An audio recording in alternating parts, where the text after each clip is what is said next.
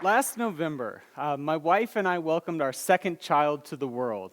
And as has become the custom with so many of us, my mother-in-law graciously agreed to come out and help us during those first few restless and sleepless days and nights. Thankful for her help, thankful for the extra set of hands, and very much in need of an endorphin rush, I set out for a run near my home. I was using my iPhone as my sort of Walkman there, listening to some music, when I received a cryptic text that said, "We really need to talk when you get home." Now, no new father wants to get a text like this, so I hurried home as fast as I could. And when I opened the door, worried, I opened the door to see my mother-in-law and my wife doubled over in laughter, looking at this picture of me, looking at this picture of me from many Halloweens past. Thank you, Mom, for tearing up those curtains to make my clown costume. So clearly, my wife and my in-laws had some questions for me at this point. Questions like, are you a serial killer? And is this whatever's going on here heritable by my grandchildren, right? So I say this to you, I embarrass myself thusly to prove to you a point that will need no further proving, I'm certain, that I've always been a little bit strange. What I hope to present to you tonight, though, is that you ought to be strange too, and that indeed your ability to achieve two of the things for which people strive most earnestly in life, an adequate living and happiness and a meaningful life, are predicated on your willingness to accept your quirks and to be a little weird yourself. So I work in a weird field, right? True to form. This is a conference about intersections, and I work at an intersection. I work at the intersection of psychology and finance, and I study both micro and macro financial decision making. Now, on the micro level, I'm most concerned with developing products and services that minimize the behavior gap. Now, what's the behavior gap, you say? Well, any of us that invest in the stock market want a couple of things. We want to preserve our capital. We want to get the best return possible, right? And in that, we do a lot of things. We watch Bloomberg, we trade frequently, we try and stay on top of the markets, but it's incredibly, incredibly tough to do, because we're subject to all manner of emotional overrides and cognitive biases that make this a very difficult proposition. So difficult, in fact, that you'll see that over the last 20 years, the market has sustained about an 8.21% return, but investors in the stock market have received a paltry 4.25%, which has barely kept up with historical inflation rates. So I'm trying to design communication processes and products that let us keep more of what the market gives us. On the macro side, though, I study the ways in which aggregate investor behavior becomes dislocated from fundamental value. Right? The ways in which fear and greed drive the marketplace. People who have never invested tend to think it's very easy, right? Buy low, sell high, I get it, right? But the problem is, though, because we're subject to these biases and these cognitive distortions, we have a very poor idea of what low and high look like. So for this reason, I created a 0 to 100 index of market fear and greed called the Irrationality Index, so that just as surely as a traditional shrink has the DSM, which is the Bible of psychiatry, I have a tool that I can look to determine the behavioral health of the marketplace. Now, one of the first things you begin to understand as you look into financial markets is that the way that these things get blown up is by following the herd, right? We separately have our own ideas. We have nuanced and independent decisions. But when we start listening to our barber who bought Apple at 50, right? We start to get ideas and we start to run in a pack. This elevates our emotion. These elevated emotions lead in the short term to really good stock returns. And these stock returns lead to more euphoria and so on and so forth until something bad happens and our collective enthusiasm is punctured and it's sent spiraling in the other direction. But this is not typically how we think about weirdness or irrationality, right? When we think about irrationality, we think about this, the slide you see behind you. We think about an outlier, someone who's a deviant or outside of the group. That's what's irrational to us. That's what's weird to us. But I'm here to suggest to you that just the opposite is true. We are at our best when we are pursuing our weird, quirky, idiosyncratic idea of a good life, and we're often at our worst when we're turning our decision-making faculties over to people who want to mold us into whatever they want us to be. So I'm here today to tell you to be weird, and I want to give you 3 very specific instances where I think that's the case. The first of these is that I want you to be defiant with principle. Now, I'm from Alabama, and so I love anyone who's successful from the Deep South, because heaven knows there's not too many of us. So Sir John Templeton, native Tennessean, knighted, fantastic value investor, has said that there are 2 ways that you can beat the market. You must hold a non-consensus view, and you must be right. Because if you do what other people do, you get what other people get, and if you're wrong, you're wrong, right? So exceptional investors know that they have to hold non-consensus views, but they know that being a contrarian can also be very, very damaging to your portfolio. So they know to reserve this for times when they have a principled bet, right? When market conditions are out of alignment with what they know to be true. A fantastic example of this in recent times is the example of John Paulson. A relatively unheralded hedge fund manager, Mr. Paulson became convinced that the housing market was wildly overvalued, very frothy. He made a very principled and significant bet against the housing market, which is now referred to as the greatest trade of all time. Books have been written about this, right? So surely his investors loved him, right, and gave him a medal and patted him on the back for his brilliance. No, investors left him. The Wall Street intelligentsia thought he was a moron, right? He was derided for this decision all the way until he made $15 billion off of it and kept $3 billion for himself, right? So pretty good. So making money is important, but I want to suggest to you that of far greater importance is being a principled contrarian in the social sphere. I look to people like Susan B. Anthony, who as early as the age of 17 was creating literature petitioning against the evils of slavery and went on to spearhead the women's suffrage movement.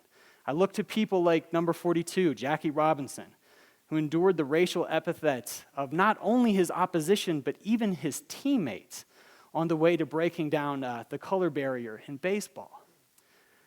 I don't want to be misunderstood here. I'm not a proponent of rebellion for its own sake.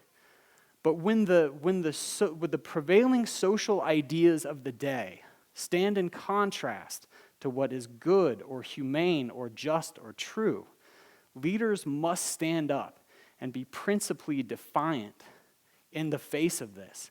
Just as financial markets need principled contrarians, the world needs you to be principled in your defiance and to be a righteous iconoclast in the church pew, in the academy, and in the boardroom.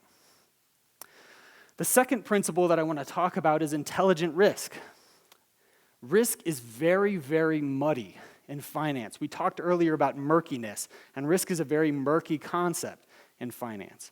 But economics professors need tenure, and we need fancy models, and so economics has given us volatility, or the up and down movement of an asset, as a proxy for risk.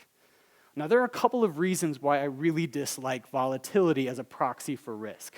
So you tell me, because volatility measures ups equally with downs, if you would see a 25% uptick in the value of your portfolio as risky, right? Would you find that risky? I don't think you would.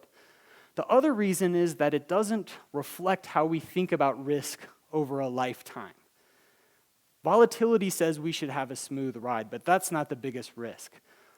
All of us have goals and dreams and things that we want to accomplish with the fruits of our efforts and the money that we've made working hard, right? And if we get to the end of our investment horizon and we're not there yet, not a single one of you would say, well, I got to eat cat food in retirement, but at least it was a smooth ride, right? We have goals that we want to meet, and if we fall short of those, that's risk. The probability of falling short of the things that are most important to you is what I really classify as risk. Now, I trained at this fine university, and when I was training as a clinician here, my very first client was a talented and compassionate graduate student who had applied to a number of prestigious universities for a PhD. She came to my office, though, with 6 envelopes, all responses from the graduate schools where she had applied, none of which she had opened. When I gently asked her, "What's the deal? Why haven't you opened these envelopes?" she confided in me that her fear of risking not getting into graduate school was so great that it had paralyzed her. It had frozen her so that she couldn't open these envelopes. Well, with the deadline looming, we worked together to get her to a place where she could open these, right? And found many offers of enthusiastic support and acceptance. What had happened to her is what happens to many of us when we take sort of an overly zealous risk management policy to our lives, right? In the very effort of trying to make her ride smooth and to manage volatility in her life, she had brought about the very thing that she was scared of. Each one of us has a finite time here on earth, and the measure of our lives will not be the bumps that we avoided, but it will be the relationships that we built and the things that we accomplished along the way. And I can promise you that adding a little risk, doing what you love, and taking smart risk is a way to add richness and depth to your life. The final thing that I want to talk about is that the world needs your weird, and that you need to be able to find hidden value. In late 2008, my irrationality index hit a score of 5 out of 100, signaling a brutal period of what I called market revulsion, right? Money was flowing out of the stock market at this point in time, in the double-digit billions each month, as many of us followed our friends and neighbors to a cash position and sat our money on the sidelines. But if you had stayed put, or even had the courage to run in when others ran out, you would have more than doubled your money over the next 5 years. All too often, investors ignore Warren Buffett's admonition to be fearful when others are greedy and greedy when others are fearful. And I think the same can be said of life. Many of the greatest success stories of of our generation are from people who learned to find value where others saw trash. Consider Billy Beane, who pioneered the fantastic Moneyball approach to baseball. Beane eschewed big splash metrics like home runs in favor of the lowly and decidedly unsexy on-base percentage, which includes things like being hit by a pitch or walking, right? Not too hot, but it worked. And it allowed Beane to compete in what is a profoundly unfair sport. Or the founder of WhatsApp, who was rejected for employment at Facebook, but persisted in bringing his vision of an affordable international text messaging service to the world, and recently sold it back to Facebook for $19 billion, which is somewhat more than the starting salary of an average software engineer, right? These two stories demonstrate something powerful. Very often, we need to look at others that the world has dismissed, and we need to look at them and say, this person is not weak and insignificant and small. I see value in them. We also need to learn to look inside when others have passed on our dreams and look at what we have to offer and say, I have something to bring the world as well. I'm often asked if my study of human behavior, my study of irrationality makes me a better decision maker, and I'm sorry to say that typically it does not. I'm a big goal setter, and earlier this year, I sat down to come up with my goals for 2014. The goals I wrote down and subsequently put on a big piece of poster board in my office, as I'm apt to do, were I wanted to make more money and I wanted to lose weight. And I sat back and I looked at those goals and I said, Crosby, those are some lame goals, my friend. And I ripped up the poster board and I threw it away. So here are my 3 new goals. I want to officiate a wedding because I'm a selfish guy and I want to be part of someone's magical day and I want you to remember me forever. Okay? Now, I have it on good authority that Provo's into marriage, so if you're in the market, call me. My next goal is that I wanted to bomb at stand-up comedy because I really do not feel that you have lived a good life until you have done something on stage that you are totally incompetent at. And finally, and most importantly, I wanted to publish the book of dark but hopeful children's poetry I've been working on. I'm not kidding. You haven't even heard the name yet. The name of the book is Everyone You Love Will Die. And shockingly, it has not been picked up by any of the majors. So I want to close out with the last 2 stanzas. From a poem from that book called You Don't Fit In. And says, get serious, says, and as you journey through the world, you'll find that every boy and girl has felt ignored and sad and small. We don't fit in one and all. But when you feel misunderstood, I'll tell you what you ought to do. Don't run and cry or swear and fuss. If you don't fit in, you're one of us. Thank you.